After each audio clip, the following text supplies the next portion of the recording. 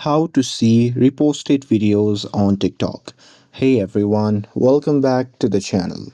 In today's video, I will show you how to see reposted videos on TikTok. So now without further ado, let's get started. So here first thing first, open the TikTok app on your phone and make sure that you're logged in to your account. And now here, once you're inside the app, just tap on the profile icon shown in the bottom right corner of the screen. And now here, once you are inside the profile section, at the middle section, you'll see the repost option. So simply tap on it. And now here, once you're inside the repost tab, then here you see all your reposted videos. So here you can simply check it. And that's it. That's how you can see reposted videos on TikTok. With this, if you found this video helpful, then don't forget to like, share, and subscribe to get updated for more videos.